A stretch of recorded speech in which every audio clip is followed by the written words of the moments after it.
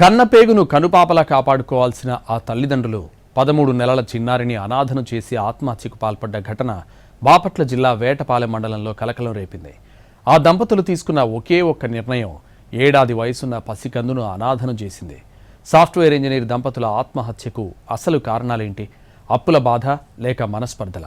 అసలు ఆ ఇంట్లో ఆ మధ్యాహ్నం ఏం జరిగింది?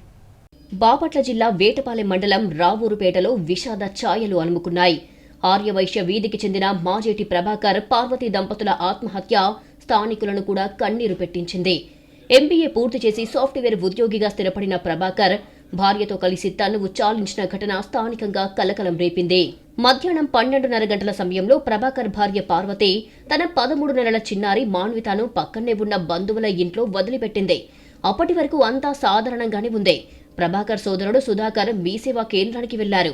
అయితే సాయంత్రం 3 గంటల సమయంలో ఇంటికి వచ్చి ఎంత పిలిచినా తలుపు తీయలేదు.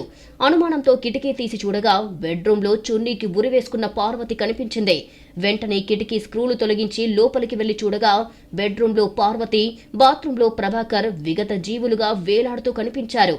దీంతో బంధువులు పోలీసులకు సమాచారం అందించడంతో ఘటనా స్థలానికి చేరుకున్న తర్వాత మృతదేహాలను చీరాల ఏరియా ఆసుపత్రికి తరలించారు. ప్రభాకర్ షేర్ మార్కెట్లో భారీగా పెట్టుబడులు పెట్టినట్లు, అందులో భారీ నష్టాలు రావడంతో అప్పుల ఊబిలో కూరుకుపోయినట్లు ప్రచారం జరుగుతోంది.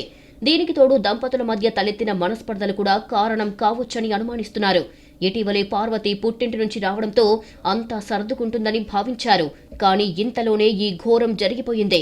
టెకీ దంపతుల ఆత్మహత్యతో 13 నెలల పసికందు మాన్విత పరిస్థితి చూసి ఊరంతా కన్నీరు పెడుతోంది. ఏప్రిల్ 5న చిన్నారి మొదటి పుట్టినరోజు వేడుకను ఘనంగా నిర్వహించారు. 3 వారాలు తిరగకముందే అమ్మా నాన్నలు లేని అనాథగా ఆ చిన్నారి మిగిలిపోవడం అందరినీ కలచివేస్తోంది. తల్లిదండ్రులు శాశ్వతంగా దూరమయ్యారన్న విషయం తెలియక మత్తుగా నిద్రిస్తున్న ఆ పసిపాప దృశ్యం చూపరుల మనసులను పిండేస్తోంది.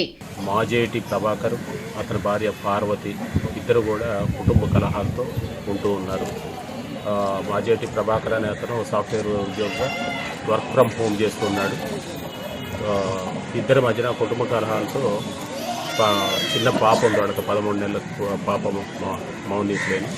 ఆ పాపని పక్కింట్లో వదిలేసి ఇద్దరు కూడా ఇంట్లో గొడవ పడుతున్న క్రమంలో బోల్ట్ వేసుకొని ఇద్దరు కూడా సూసైడ్ చేసుకోవడం జరిగింది. పార్వతి హాల్లో, భర్త బాత్రూంలో హ్యాంగింగ్ చేసుకోవడం జరిగింది. మేము తదుపరి కేసు రిజిస్టర్ చేసి దర్యాప్తు చేస్తాం.